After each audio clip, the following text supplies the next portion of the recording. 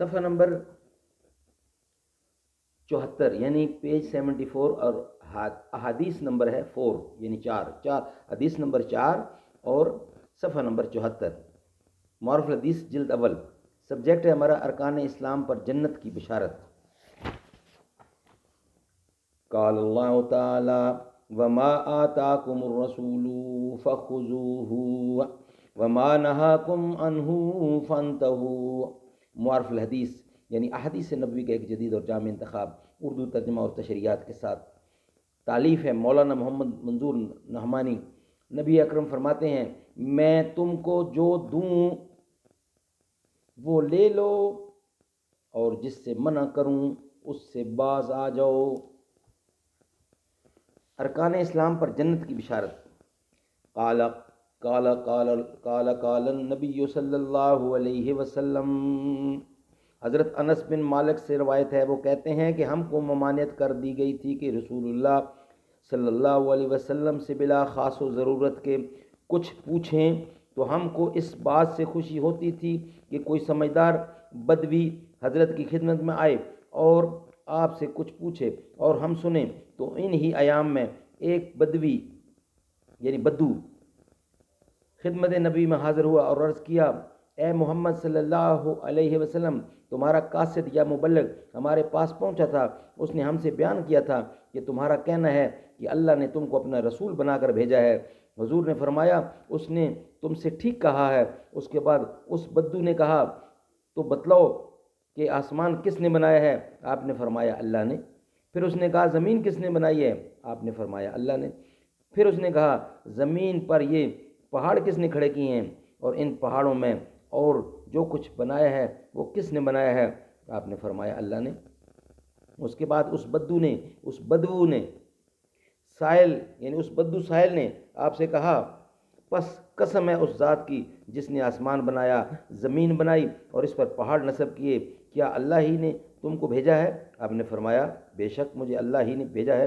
پھر اس نے کہا تمہارے اس قاصد نے ہم سے یہ بھی بیان کیا تھا کہ ہم پر دن رات میں 5 نمازیں بھی فرض ہیں. فرمایا یہ بھی اس نے تم سے ٹھیک کہا. اس بدو نے کہا تو قسم آپ کے بھیجنے والے کی، کیا اللہ نے ہی آپ کو ان نمازوں کا بھی حکم دیا ہے؟ آپ نے فرمایا ہاں یہ اللہ ہی کا حکم ہے. پھر بدو نے کہا اور آپ کے قاصد نے بیان کیا تھا کہ ہمارے مالوں میں زکوٰۃ بھی مقرر کی گئی ہے. آپ نے فرمایا یہ بھی اس نے تم سے سچ کہا.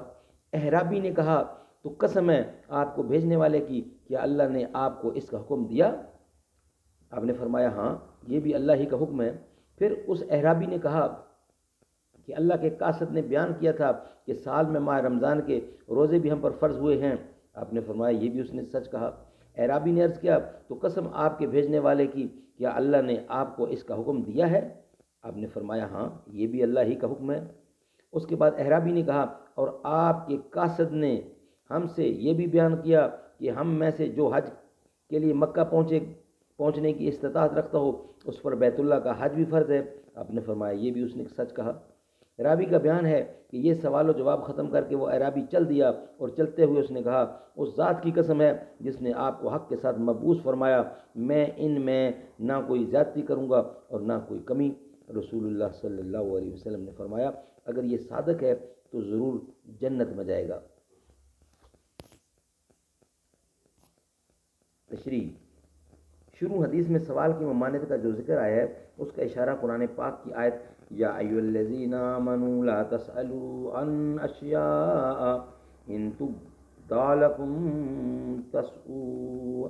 تسؤکم کی طرف ہے.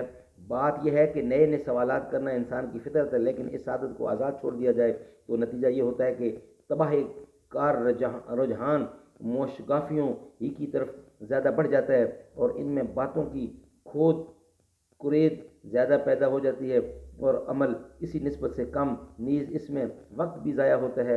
اور بالخصوص پیغمبر وقت سے زیادہ سوال کرنے میں ایک خرابی یہ بھی ہوتی ہے کہ اس کی جانب سے جواب ملنے کے بعد امت کی پابندیوں میں اضافہ ہو جاتا ہے. غرض انہی وجوہ سے غیر ضروری سوالات کرنے کی صحابہ کرام کو بھی ممانعت فرما دی گئی تھی.